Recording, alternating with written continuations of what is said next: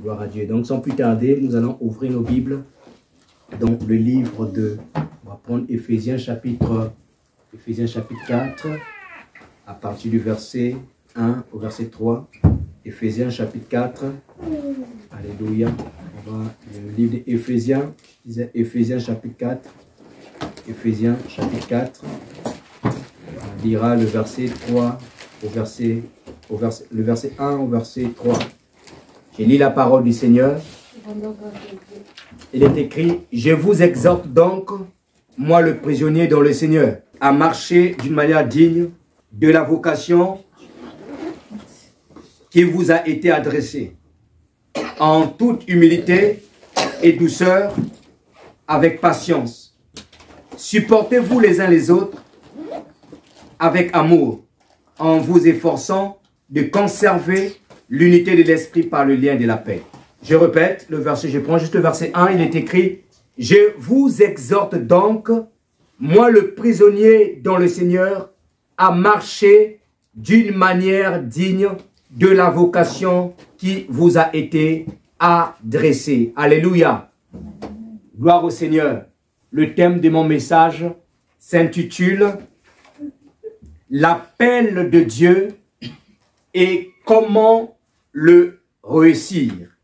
Dans la vie chrétienne, il y a deux sortes d'appels. Dans la vie chrétienne, il y a deux sortes d'appels. Il y a l'appel général et l'appel spécifique.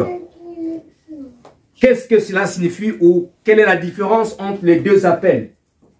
L'appel général, c'est l'appel qui concerne ou qui s'adresse à tous les enfants de Dieu. L'appel général, c'est l'appel qui concerne toute l'Église. Comme nous l'avons lu dans ces textes de Éphésiens au chapitre 4, verset 1, écoutez ce que l'apôtre Paul dit. Il dit: je vous exhorte donc. Il dit: je vous exhorte donc, moi le prisonnier dans le Seigneur, de marcher d'une manière digne de la vocation qui vous a été adressée. Dans ces textes, le mot vocation vient du grec klésis. Aide-moi à dire klésis. Klésis signifie appel ou être appelé. Klésis signifie aussi recevoir ou accepter l'invitation divine à recevoir le salut. Mais j'aimerais vous faire remarquer une chose, que la lettre que l'apôtre Paul adresse à l'église d'Éphèse ne concernait pas un groupement de personnes, c'est-à-dire un groupe de personnes particulier. Mais la lettre que l'apôtre Paul envoie à l'église d'Éphèse concernait toute l'église. Cela revient à dire que lorsque l'apôtre Paul parle de la vocation ici dans ces textes, il ne s'agit pas de la vocation ou encore il ne s'agit pas de l'appel spécifique. Mais il s'agit de l'appel général, l'appel qui concerne tous les chrétiens. L'appel spécifique, c'est lorsque Dieu vient te dire: mon fils, ma fille, je t'ai appelé pour telle mission. Et généralement, elle se limite aux 5 ministères: apôtres, prophètes, évangélistes, docteurs et pasteurs. C'est qu'on appelle l'appel spécifique. Mais l'appel dont je suis en train de parler ici, il ne concerne pas seulement l'appel spécifique, mais l'appel général. Alléluia. C'est-à-dire que quand tu es un enfant de Dieu, tu dois comprendre que tu es un appelé de Dieu. L'erreur que beaucoup de gens commettent très souvent, c'est que les gens pensent que quand on parle d'appel, ça ne concerne que les pasteurs, ça ne concerne que les apôtres, les prophètes. Non. Si tu es un enfant de Dieu né de nouveau, sache-le que tu es un appelé de Dieu. Même si tu ne connais pas ton ministère, tu es un appelé de Dieu. C'est ce qu'on appelle l'appel général. En revanche, ce qui est important à savoir, peu importe le type d'appel que tu as reçu de la part de Dieu, que ce soit l'appel général, que ce soit l'appel spécifique, la responsabilité incombe à tout enfant de Dieu de marcher d'une manière digne de cet appel. C'est pourquoi Paul dit ici, il dit: je vous exhorte donc, moi, le prisonnier dans le Seigneur, à marcher d'une manière digne de la vocation qui vous a été adressée. Qu'est-ce que ça veut dire? Marcher d'une manière digne veut simplement dire marcher d'une manière qui reflète le respect. Marcher d'une manière qui reflète, en fait, qui reflète l'image de Dieu. Marcher dans la droiture, marcher dans la sainteté, marcher dans l'obéissance à la parole de Dieu, marcher dans l'obéissance à la volonté de Dieu. C'est la responsabilité qui incombe tout enfant de Dieu. La sainteté n'est pas seulement réservée aux pasteurs. La sainteté n'est pas seulement réservée à une catégorie de personnes. Mais la sainteté, c'est le devoir de tout enfant de Dieu. Parce que nous sommes tous appelés, en fait, par le Seigneur. Nous sommes tous appelés par Dieu. Donc, nous sommes, parce que nous sommes appelés, nous devons marcher d'une manière digne de cet appel. Alléluia. Dans le livre de Matthieu, au chapitre 22, à partir du verset 1, c'est le Seigneur Jésus qui va nous raconter une belle histoire, une parabole. Le Seigneur Jésus raconte la parabole des noces, dans Matthieu chapitre 22. Et dans cette histoire de parabole, le Seigneur Jésus nous dit ceci. Il dit qu'il y avait un roi dans un pays qui organisa les festins de son fils. Le roi a organisé les festins de son fils. Suivez-moi très bien, frères et sœurs. Mais dans ces festins, il avait des invités particuliers. Les invités d'honneur. Les gens qu'il voulait, qu'il souhaitait qu'ils prennent part au festin de son fils, aux noces. Mais le jour où le festin devait avoir lieu, lorsque le roi va envoyer ses serviteurs, il envoie ses serviteurs d'aller appeler ces gens-là, d'aller leur dire, venez, car les noces sont prêtes. Le roi a tout préparé. Mais unanimement, le jour de la fête, chaque invité commença à s'excuser. Chaque invité était préoccupé à autre chose. Ils n'acceptaient pas, ils n'ont pas eu le temps de venir se présenter ou de répondre positivement à l'invitation du roi. Les gens qui étaient invités, ils ont refusé d'aller à la fête du roi. Et qu'est-ce qui s'est passé? Le roi demande maintenant à ses serviteurs, il dit, ok, comme ils n'ont pas voulu, vous maintenant, allez dans les places publiques, allez dans les carrefours, allez dans les rues, et toutes les personnes que vous rencontrez, demandez-leur de venir à la fête. Et c'est comme ça que les serviteurs vont partir, ils vont annoncer, ils vont appeler les gens à les venir. Et quand les gens vont venir pendant la fête, il y a quelque chose qui va se passer. Mais avant que je vous parle de la chose qui va se passer, j'aimerais ici rappeler une chose importante. Le premier groupe qui avait été invité par Dieu représente Israël. Israël est le premier peuple qui avait été choisi par le Seigneur. Israël est le premier peuple qui avait été appelé par Dieu. Mais lorsque le Messie est venu sur la terre, Israël n'a pas reconnu le Messie. Ils ont rejeté le Messie. C'est eux qui étaient appelés à prendre part aux noces. L'invitation était adressée à Israël. Mais Israël a refusé. Ils n'ont pas refusé de reconnaître Jésus comme étant le Messie. Et parce que Israël avait refusé de reconnaître Jésus comme étant le Messie, et Dieu envoie maintenant ses serviteurs vers les carrefours. Et les gens qui étaient dans les carrefours représentent l'église que toi et moi nous sommes. Nous n'étions pas censés être aux noces. Le noces était réservé à Israël. Mais nous avons pris part aux noces par grâce. Est-ce que vous comprenez? L'église est sauvée par grâce. C'est pourquoi l'apôtre Paul a dit dans Éphésiens au chapitre 2 verset 8, il dit c'est par la grâce que nous sommes sauvés, au moyen de la foi. Cela ne vient pas de nous, mais c'est un don de Dieu. Alléluia. L'église n'était pas censée être aux noces. Mais l'église prend part aux noces parce qu'Israël a rejeté leur Messie. Israël a refusé l'invitation du Père. Et l'église est entrée. Alléluia. Mais ce qui est important aussi que nous devons savoir. Remarquez.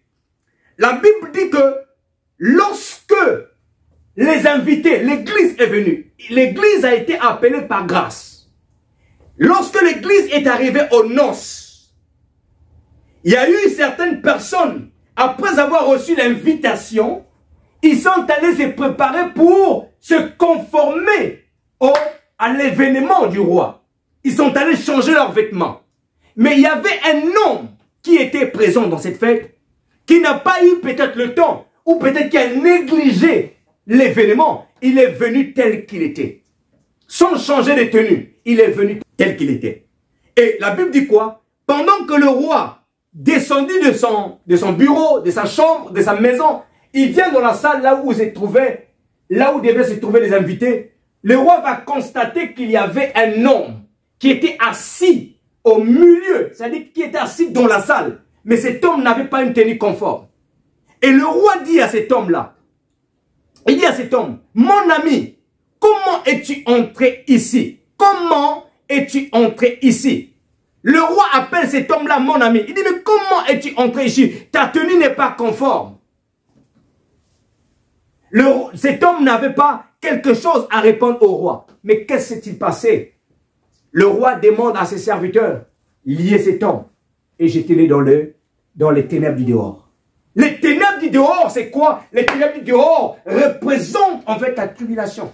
Parce que lorsque l'église sera enlevée, il y aura l'enlèvement, l'église va célébrer le noces de l'agneau avec le Seigneur Jésus-Christ. Mais le monde basculera à un temps qu'on appelle la tribulation. Est-ce que quelqu'un me comprend? Maintenant, dans l'histoire de ces paraboles, ce que nous devons retenir, c'est que nous ne devons jamais jouer avec la grâce. On ne joue pas avec la grâce de Dieu. Non, Dieu m'a sauvé par grâce. Gloire au Seigneur. Mais la grâce de Dieu ne te permet pas de vivre une vie comme tu le veux. Non. La grâce de Dieu ne te permet pas de vivre une vie comme tu le veux. Cet homme a joué avec la grâce. Il s'est dit que parce que le roi m'a invité, par grâce, je n'étais pas censé, il est allé comme ça, alors qu'il n'était pas le seul. Les autres sont allés se préparer. Les autres ont pris le temps de changer leur tenue. Mais cet homme n'a pas changé sa tenue. Et il fut mis dehors à cause de sa tenue. La tenue représente quoi? La tenue, c'est notre vie. La vie que nous menons chaque jour. La tenue représente notre état d'âme. Quel est ton état d'âme ce matin? Quel est ton état d'âme ce matin? La tenue représente les actes que tu poses tous les jours. Plus tu vis dans le péché, plus ta tenue est sale. Ta tenue spirituelle, il ne s'agit pas de la veste que je porte ou du vêtement que tu portes. Il s'agit de la tenue spirituelle, la manière dont Dieu te voit dans le monde spirituel.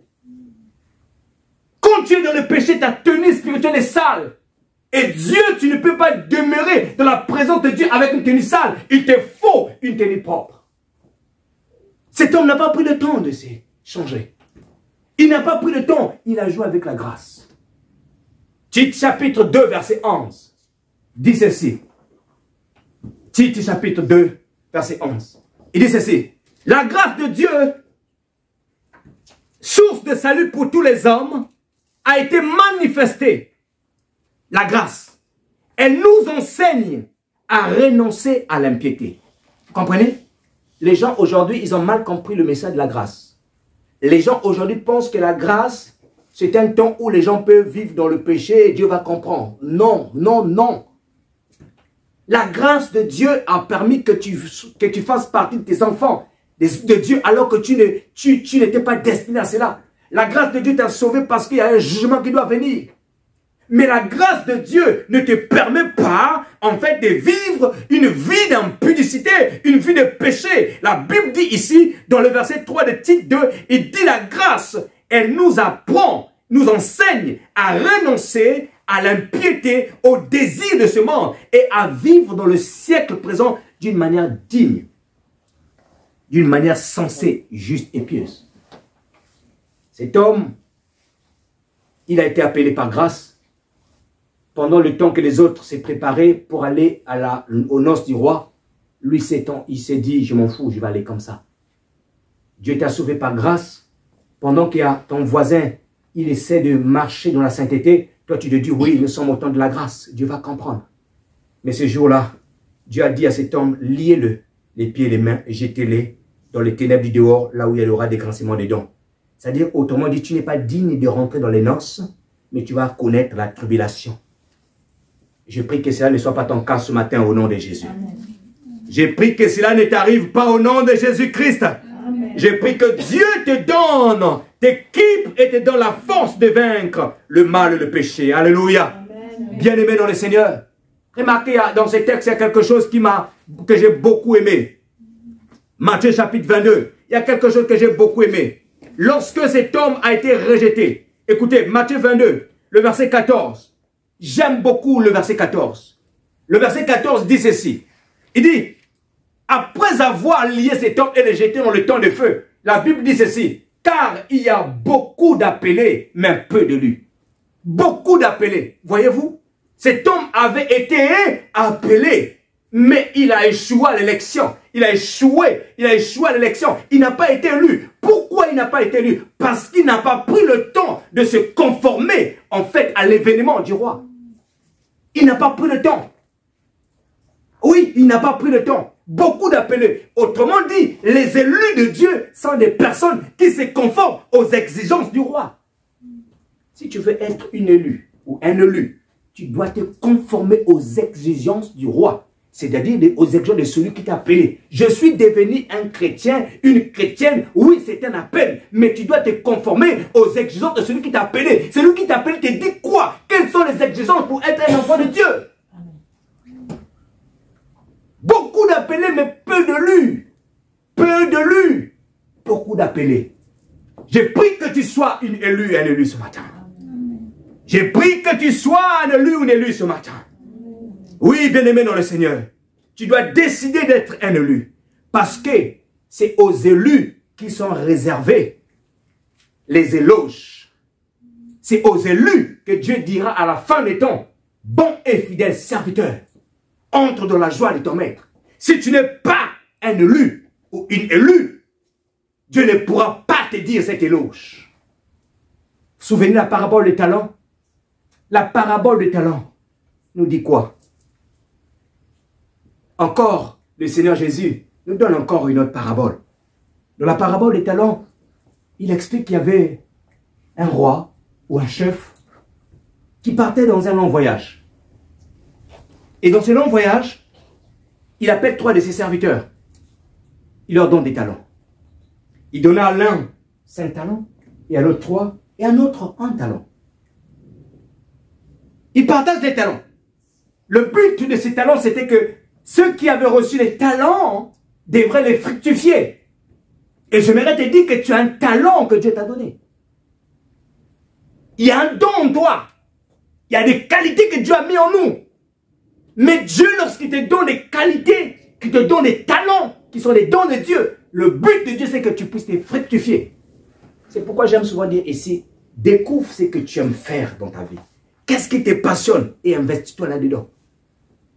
Ne t'investis pas là-dedans seulement pour toi, mais investis-toi aussi dedans, même pour l'église. C'est important. Et le maître est parti. Le jour où le maître vient, celui qui avait reçu 5 talents va voir le maître. Il dit, tu m'avais donné 5 talents, voilà, j'ai multiplié 5 talents. Et le maître lui dit, oh, bon et fidèle serviteur. Tu as été fidèle dans le peu des choses, mais je t'en confierai les grandes, entre la joie de ton maître. Le deuxième qui avait reçu 3 talents aussi, il part, il dit la même chose. Il dit, oh, bon et fidèle serviteur, entre dans la joie de ton maître. Et le troisième, qui avait reçu un seul talent, qu'est-ce qui s'est passé? Il va dire au maître, non, au lieu d'avouer qu'il avait, oui, il a d'abord avoué qu'il avait peur, mais au lieu de s'arrêter là, mais il va encore s'excuser en essayant de montrer les mauvaises qualités du maître. Il dit, je sais que tu moissonnes là où tu n'as pas semé, j'ai eu peur, j'ai pris mon talent, je suis allé le cacher. En d'autres termes, c'est quoi? C'est lui qui avait reçu un talent, il n'avait pas reçu son appel. Parce que lorsque Dieu t'appelle, il te donne des talents. Lorsque tu deviens un enfant de Dieu, un chrétien ou une chrétienne, sache-le que Dieu t'a donné des talents. Il a mis en toi des talents. Il a enfoui en chacun de nous des talents. Parce que nous ne sommes pas venus dans ce monde par hasard. Nous sommes venus dans ce monde pour un but. Et on ne peut pas accomplir un but si nous n'avons pas de qualités. On accomplit un but lorsqu'on a des qualités. Lorsqu'on a des talents en nous. Alléluia. Donc, l'appel que Dieu t'adresse, il a mis en toi des talents. Et donc, toi, réussir ta mission, c'est aussi emmener à fructifier les talents qui sont en toi. Et celui qui avait reçu un talent, il n'avait pas reçu son appel. Pourquoi? Parce qu'il a pris le talent qui était attaché à son appel, il est allé le cacher dans un tiroir quelque part. Il est allé le cacher. Mais Dieu nous dit ceci pour reçu ton appel. Les talents que j'ai mis en toi, tu dois l'emmener à la fructification. Tu dois multiplier les talents que j'ai mis en toi. Tu ne dois pas les garder pour toi-même, mais tu dois les multiplier. L'appel de Dieu est comment le réussir. Dieu t'appelle à réussir ton appel ce matin. Dieu te dit, tu dois réussir ce matin ton appel. On ne devient pas chrétien par hasard. C'est une grâce que vous ne pouvez pas imaginer. Faire partie de la famille de Dieu, c'est une grâce. Bien-aimés dans le Seigneur, il y a des gens qui se réveillent au milieu de la nuit, qui vont dans les cimetières. Il y a des gens qui rentrent dans les loges bizarres pour chercher bénédiction, protection. Mais Dieu te dit simplement, ma fille, je t'ai sauvé, mon fils, je t'ai sauvé. Tout ce que j'attends de toi, marche selon les principes de ce qui est écrit à l'intérieur. Tu verras ce que je te ferai. Tu verras ce que je suis capable de faire dans ta vie. Tout ce que Dieu nous demande, c'est ça. Mon ami, comment es-tu entré ici avec une telle tenue? L'homme n'a pas pu répondre. L'homme n'a il n'a même pas ouvert sa bouche. Et le maître a dit, liez-le, les mains, les pieds, jetez-les dans les ténèbres du dehors. Dieu veut que tu réussisses ton appel. Tu es un appelé ou une appelée de Dieu. Ne te sous-estime pas. Ne te dis pas non parce que je ne suis pas pasteur. Non, tu es un appelé de Dieu. Et la grande question que nous sommes en train de traiter, c'est comment maintenant je peux réussir mon appel? Je suis appelé par Dieu, oui, je suis chrétienne. Comment je peux faire? Quelles sont les clés? Quels sont les moyens? Qu'est-ce qu'il faut faire? Qu'est-ce que je dois faire pour réussir cet appel, Seigneur? Je veux te ressembler, je veux te servir. Qu'est-ce que je dois faire? Allons-y dans le livre de 1 Samuel chapitre 10. On va découvrir tous ensemble. Je vais vous donner 5 choses que nous devons faire pour réussir notre appel. Il y a certainement beaucoup de choses, mais j'aimerais me limiter en fait à cette histoire du roi Saoul. 1 Samuel chapitre 10 à partir du verset 1. 1 Samuel chapitre 10 à partir du verset 1 nous parle de l'histoire du roi Saoul. Vous savez, Saoul, lui aussi, il est appelé, établi roi par grâce. Saoul ne savait pas, il ne connaissait pas sa destinée. Saoul ne savait pas ce qu'il attendait. Son père avait perdu des ânesses. Son père perd les ânesses et donc il envoie son fils Saoul et un de ses serviteurs pour aller chercher ses ânesses. Et alors, pendant qu'ils allaient chercher les ânesses, ils sont arrivés quelque part. Ils n'avaient toujours pas trouvé ces ânesses-là. Et son serviteur de son père va dire à Saoul, mais écoute, il y a un prophète qui est là dans cette contrée. Allons le consulter et nous dira là où se trouvent les ânesses de ton père. Il est parti juste pour chercher quelque chose. Parfois aussi c'est comme ça dans la vie. Tu vas juste à l'église pour écouter la parole de Dieu. Mais c'est à l'église que Dieu va te révéler véritablement ta destinée. C'est à l'église que Dieu va te révéler véritablement ce que Dieu attend de toi. Saoul est allé. Et lorsqu'il rencontre Samuel, Samuel lui annonce l'appel qui était sur sa vie. Et l'appel qui était sur la vie de Saoul, c'était l'appel de gouverner, de diriger Israël. Vous imaginez? Tu viens à l'église, je vais prier, mais une prophétie sort et te dit, Michel, je t'ai établi et je t'ai appelé pour telle chose. C'est des choses qui arrivent, hein? je vous l'informe. Qui arrivent dans les églises. Amen. Dans les églises, il y a des dons spirituels. Alléluia. Les impositions des mains sont bibliques. Alléluia. Ah oui, je tiens à le préciser. Parce que quand Dieu va nous commencer à nous faire décoller ici, là, les impositions des mains, les prophéties, il ne faut pas que tu sois étonné. On n'est pas une église catholique. Alléluia. Alléluia. On est une église réveillée. Et une église réveillée, c'est une église où il y a les dons, les manifestations, parce que c'est biblique, c'est la vie des apôtres. Amen. Quand vous lisez l'acte des apôtres, il y a eu des prophéties, il y a eu des guérisons, il y a eu des choses. Quand tu vas commencer à voir les gens tomber ici par la manifestation de la présence de Dieu, il ne faut pas te poser des questions. Mais qu'est-ce que c'est? Qu'est-ce que c'est? Non, non, non, non, non. Dans la Bible, il y avait des choses là comme ça. C'est parce que c'est la puissance de Dieu qui agit. Amen. Parce que s'il n'y a pas de puissance dans l'église, les gens viendront avec leurs péchés, les gens viendront avec leurs démons, avec leurs esprits méchants, ils retourneront avec. Non, l'église, Dieu a suscité pour délivrer les captifs. Amen. Alléluia. Amen. Pour délivrer les captifs. Il y a des complots qui peuvent se passer dans ta famille. Tu viens à l'église, une prophétie est libérée. Attention, fais attention à telle personne. Attention, fais ceci. C'est comme ça. Donc Samuel dit à Saoul, tu as été suscité à dessein pour gouverner Israël. Et vous savez, lorsque une information arrive, il est aussi important qu'il y ait des signes. Amen. C'est comme si je disais, Michel, Dieu m'a dit, ton mari c'est telle personne. Mais il faut que je te donne aussi des signes. Des signes pour prouver que oui, c'est Dieu qui m'a parlé. Parce que tu ne vas pas me croire comme ça seulement. Voilà, il faut qu'il y ait des signes. Je peux te dire, par exemple, Michel, c'est ton mari, regarde les signes que je te donne. Je peux te dire, voilà, quand tu étais jeune fille, tu avais tel. Voilà, écoute, quand tu vas aller chez toi à la maison, voilà les choses qui vont arriver. Voilà, voilà. Et si ces choses que je te donne là, ça arrive, ça veut dire que ce que je t'ai dit là, c'est vrai. Amen. Parce qu'il y a des prophéties qu'on donne, on ne donne pas des signes. Et les gens croient aux prophéties comme ça. Non, la Bible dit qu'il faut examiner la prophétie. Mais quand Dieu te donne avec des signes et que tu vois les signes s'accomplir, ça veut dire que Dieu t'a parlé. Et donc Saoul se retrouve dans la même situation. Saoul se retrouve dans la même situation. C'est-à-dire que le prophète Samuel lui annonce la prophétie, mais le prophète Samuel lui dit aussi les signes qui vont s'accomplir.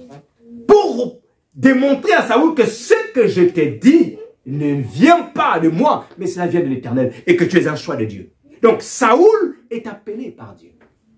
Maintenant, le prophète Samuel donne 3 signes. Et au travers des 3 signes que le prophète Samuel donne à Saoul, nous allons ressortir les 5 choses qui nous permettent de réussir ton appel. Si tu veux marcher, réussir ta marche chrétienne, il faut appliquer les 5 choses que nous allons voir au travers de ces 3 signes.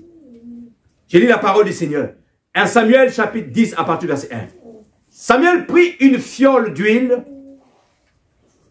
qu'il répandit sur la tête de Saoul.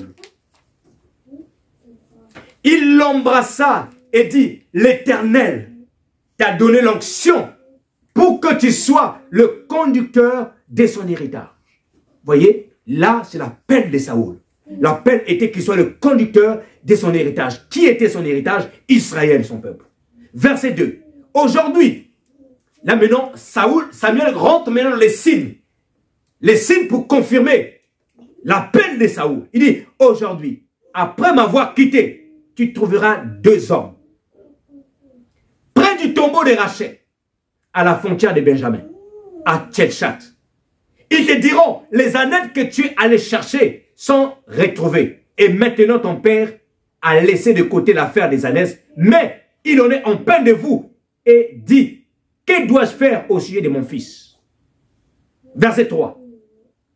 Deuxième signe. De là, tu iras plus loin et tu arriveras au chêne de Tabor, où tu seras abordé par 3 hommes, montant vers Dieu à Bethel. Et portant les 2, 3 chevaux, l'autre 3 miches de pain, et l'autre une outre de vin. Ils te salueront et te donneront 2 pains que tu prendras de leurs mains. 3e signe, verset 5. Après cela, tu arriveras à Gibea Elohim, où se trouve une garnison des Philistins. Et en entrant dans la ville, tu rencontreras une troupe de prophètes, descendant du haut lieu, précédés du luth, du tambourin, de la flûte et de la harpe, en train de prophétiser. L'esprit, verset 6, l'esprit de l'Éternel s'emparera de toi. Tu prophétiseras avec eux et tu seras changé en un autre homme. Dis avec moi, en un autre homme. Dis avec moi, tu seras changé en un autre homme. Alléluia. Amen. 3 signes. Remarquez, le premier signe que Samuel donne à Saoul, il dit ceci. Aujourd'hui, après m'avoir quitté, tu trouveras 2 hommes près du tombeau de Rachel à la frontière de Benjamin. Premier signe, la rencontre avec 2 hommes. ces hommes-là devraient informer à Saoul que les ânesses que vous êtes allés chercher a déjà été trouvées, mais ton père est en peine de toi parce qu'il se pose la question, que ferais de mon fils?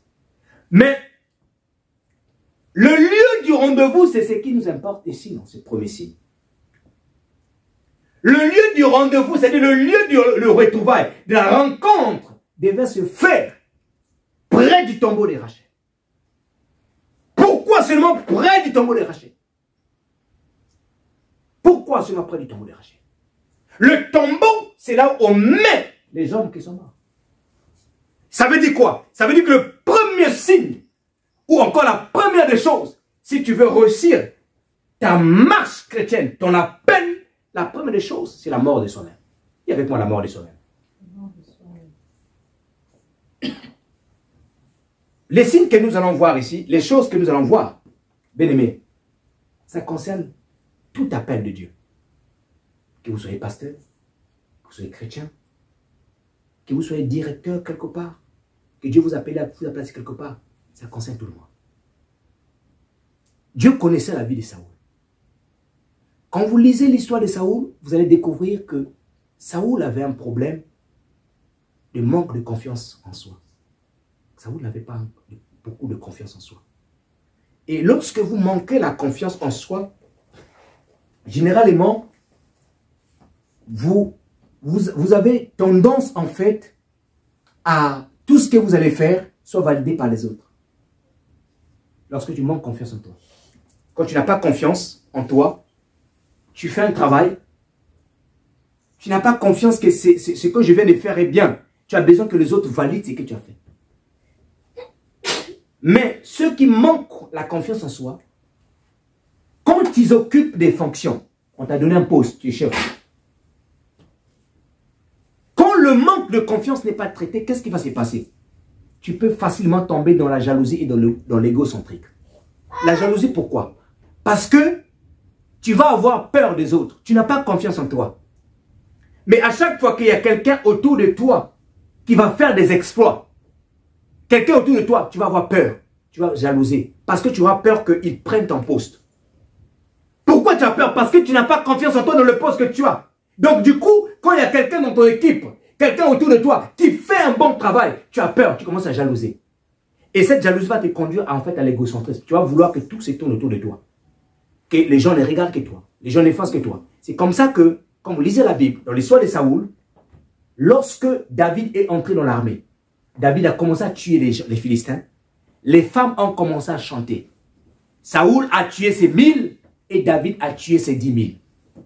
Et quand Saoul a entendu ces chants-là, Saoul s'est dit, à moi on donne 1000 et à David 10 000. Et c'est à cet instant, il a commencé à jalouser David.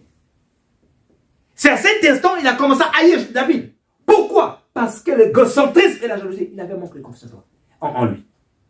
Et Dieu, connaissant Saoul, a donné les signes. Mais derrière les signes que Samuel donne à Saoul, c'est caché un mystère. C'était aussi le secret ou la clé pour que Saoul puisse réussir son appel. Mais malheureusement, Saoul n'a pas en fait compris le secret et le mystère qui était caché derrière ces signes. Et qu'est-ce qui s'est passé? Il a échoué son appel. Et je prie que tu n'échoues pas ton appel ce matin. Je disais que le premier signe, c'était au sépulcre de Rachel. Le sépulcre, c'est les tombeaux qui symbolisent le lieu où l'on met les morts. Le premier signe symbolise quoi? Symbolise la mort en soi-même. Nul ne peut réussir la marche chrétienne s'il ne meurt pas lui-même. Nul ne peut réussir la marche chrétienne s'il ne marche pas lui-même. D'ailleurs, Jésus a dit ceci. Jésus a dit ceci. Dans le livre de Matthieu, Jésus va dire ceci. Il dit que celui qui veut me suivre, qu'il renonce à lui-même,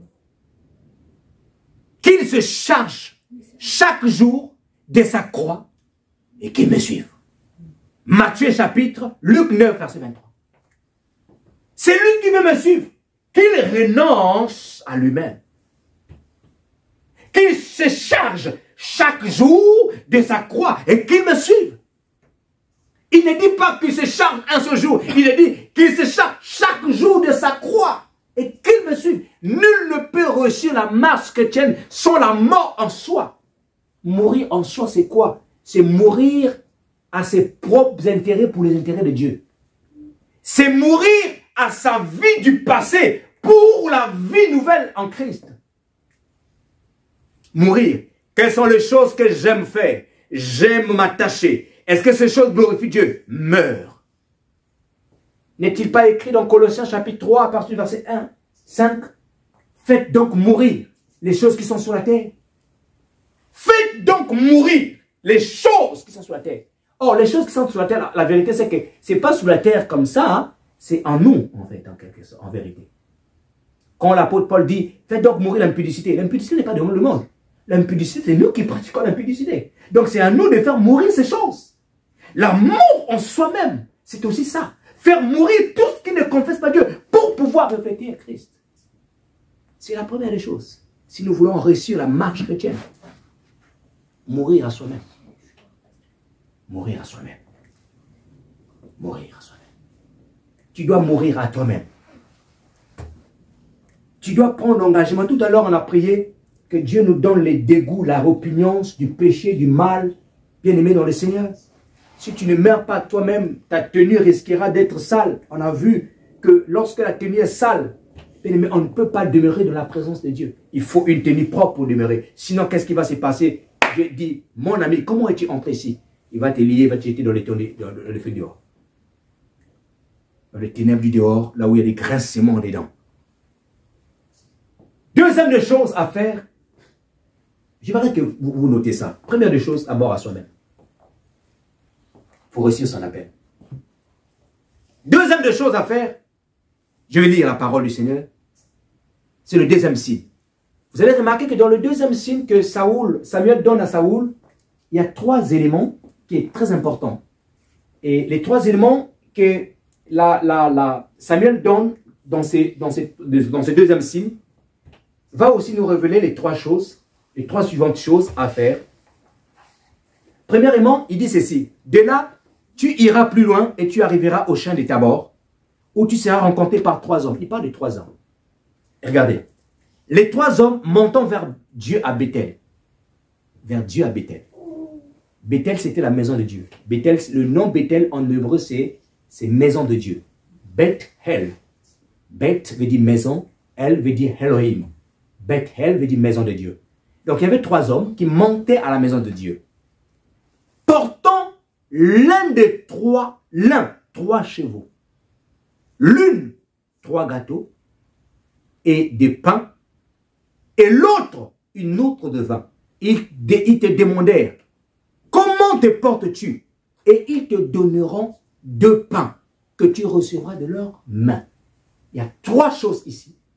La première des choses, donc, déjà, la deuxième des choses à faire pour pouvoir réussir son appel, c'est aimer la maison de Dieu. Qui avec moi aimer la maison de Dieu? Vous savez, aimer la maison de Dieu. La Bible dit ici que les 3 hommes montaient où? À Bethel. La maison de Dieu, on l'appelle aussi l'église. L'église, c'est aussi la maison de Dieu. Il faut aimer l'église. Il faut aimer l'église. Pourquoi il faut aimer la maison de Dieu? Parce que c'est là où, en fait, Dieu t'enseigne sa parole. Regardez, ce matin, tu es venu, tu es en train d'écouter la parole de Dieu. Dieu est en train de t'expliquer au travers de ma voix quelque chose de très important pour ta destinée et pour ton appel. C'est à la maison de Dieu qu'on apprend, on apprend la parole de Dieu. C'est à la maison de Dieu qu'on apprend à prier. C'est dans la maison de Dieu que se perd des miracles. C'est dans la maison de Dieu que se perd des guérisons et des délivrances. C'est dans la maison de Dieu. La maison de Dieu. Si tu n'aimes pas la maison de Dieu, tu peux rater beaucoup de choses dans ta destinée. Tu peux rater beaucoup de choses. C'est pourquoi, si tu veux réussir ta marche chrétienne, il faut aimer la maison de Dieu. Un chrétien électron, libre, s'expose à beaucoup de choses. Quand tu es seul dans ton coin, tu t'exposes à beaucoup de choses. Il faut une famille spirituelle. Il faut une église d'attache. Où vous priez avec les uns et les autres. C'est très important. L'église n'est pas l'invention des noms, mais c'est Dieu lui-même qui a créé l'église. Écoutez ce que David va dire. Dans Psaume chapitre 27, verset 4. David dit ceci. Je demande à l'Éternel une chose que je désire ardemment. Je voudrais habiter toute ma vie dans la maison de l'Éternel. Pour contempler quoi? La magnificence de l'Éternel et pour admirer son temple. Il dit ceci. Je demande à l'Éternel une seule chose. Je désire habiter ardemment dans la maison de l'Éternel. Parce que c'est là que David avait compris que la gloire de Dieu vient se manifester. La maison de Dieu.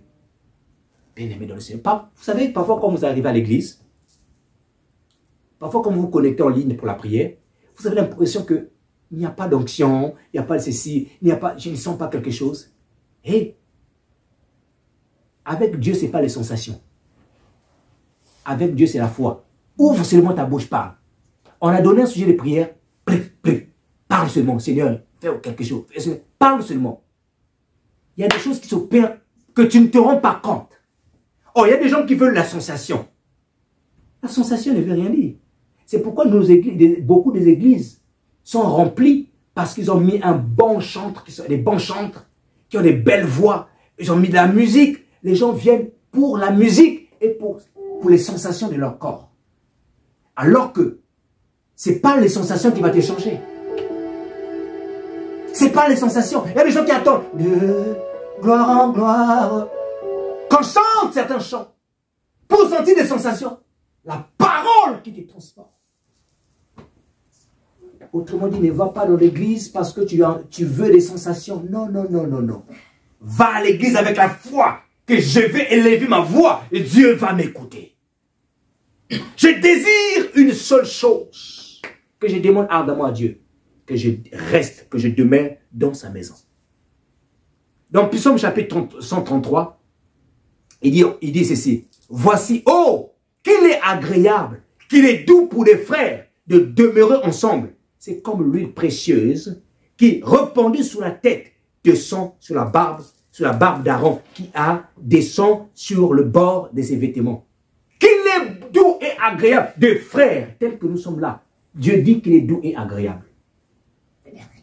Pourquoi? Et qu'est-ce qu'il fait lorsque nous nous rassemblons? Il dit que c'est là que Dieu déverse ses bénédictions. C'est là que Dieu déverse ses bénédictions. Psaume chapitre 63, verset 1. David dit, oh Dieu, tu es mon Dieu, je te cherche. Mon âme a soif de toi.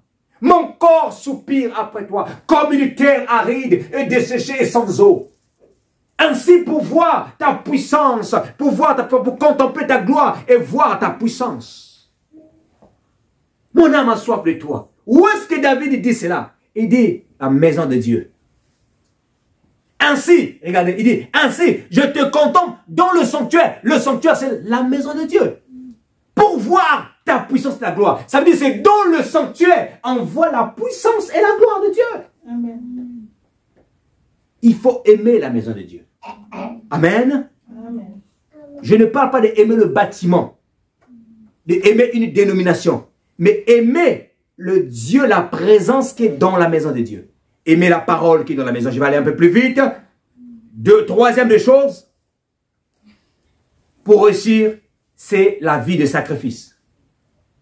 La Bible dit ceci. Les 3 hommes que tu vas rencontrer porteront l'un 3 chevaux, des gâteaux, et un portera en fait une noutre de vin. En fait, les chevaux, les gâteaux et le vin, tous ces éléments-là étaient pour les sacrifices au temple. Les chevaux, c'était pour le sacrifice consacré à l'Éternel.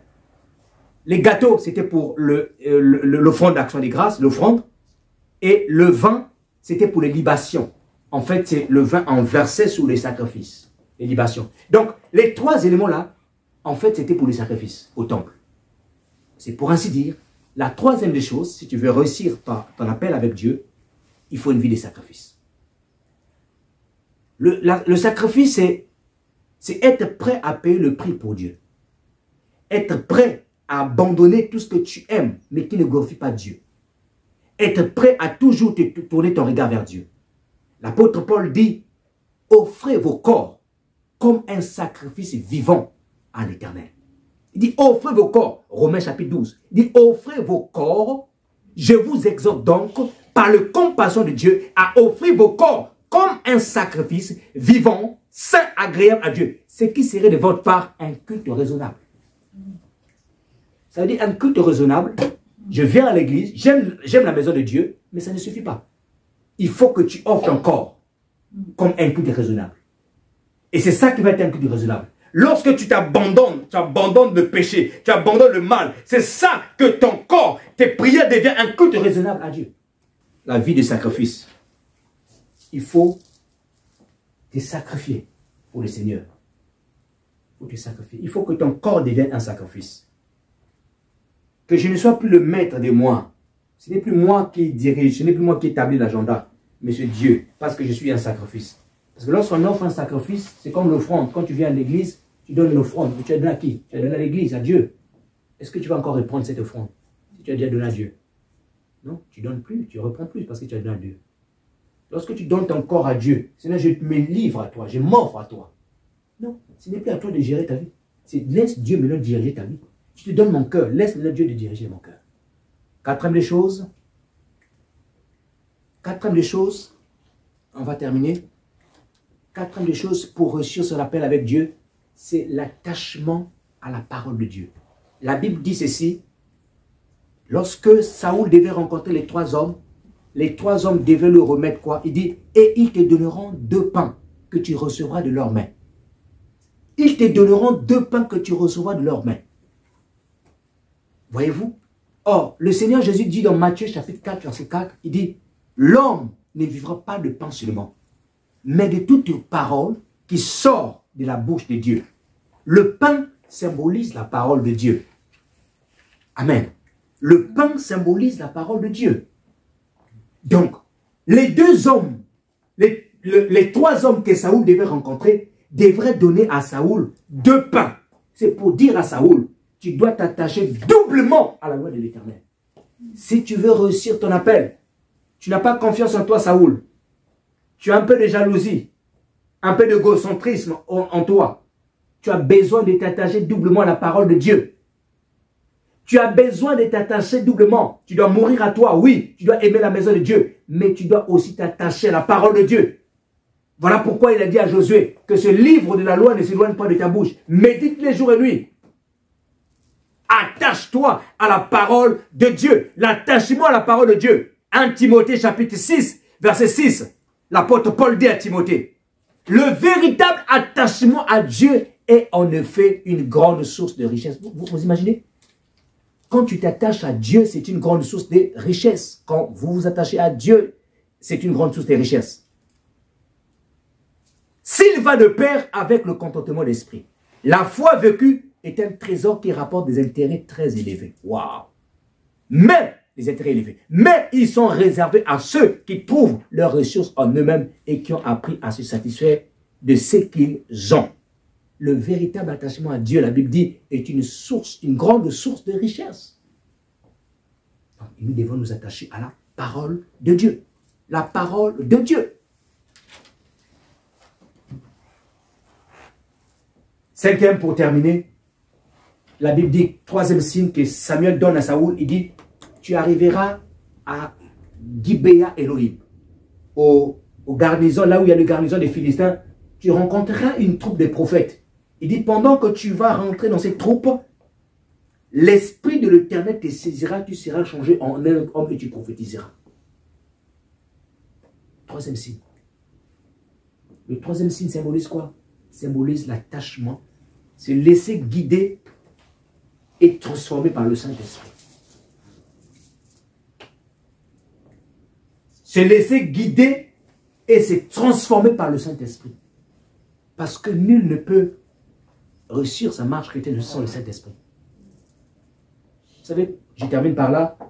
Lorsque Jésus était sur la terre, Jésus a dit aux apôtres, il a dit, il est avantageux pour vous que je m'en aille.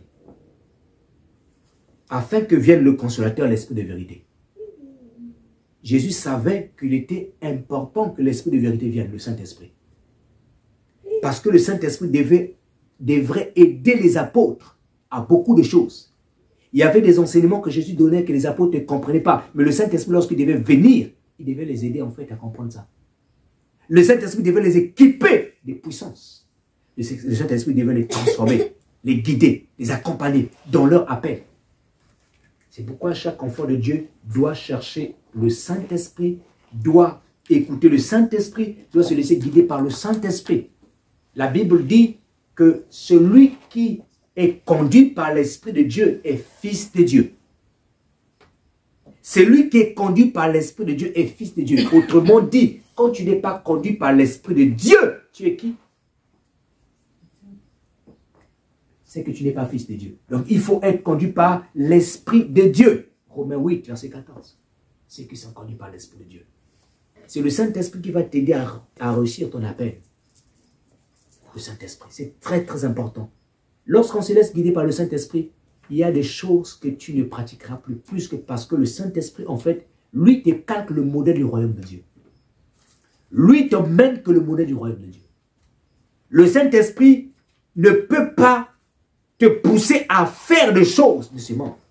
Non, il t'inculquera, il te conduira, il te guidera toujours vers les choses pour plaire à ton Père qui est dans le ciel. Quelqu'un peut me rappeler la première des choses à faire, c'est quoi pour réussir son appel? Mourir en soi-même. Alléluia. Deuxième des choses. Alléluia. Aimer la maison de Dieu. Note dans ton cahier. Deuxième des choses. Note dans ton cahier. Aimer la maison de Dieu. Amen. Aimer la maison de Dieu. La mort à soi-même. Deuxième des choses, aimer la maison de Dieu. La troisième des choses, c'est quoi? Troisième, la vie du salut. Quatrième des choses, c'est quoi? L'attachement à la parole de Dieu. Et cinquième des choses, laisser guider par le Saint-Esprit. Laisser guider et transformer par le Saint-Esprit. Voilà ce que Dieu te demande ce matin. Les 5 choses à faire pour réussir la marche chrétienne. Que Dieu vous bénisse. Alléluia. Amen. On va se mettre debout. Alléluia, nous allons chanter un cantique. Alléluia.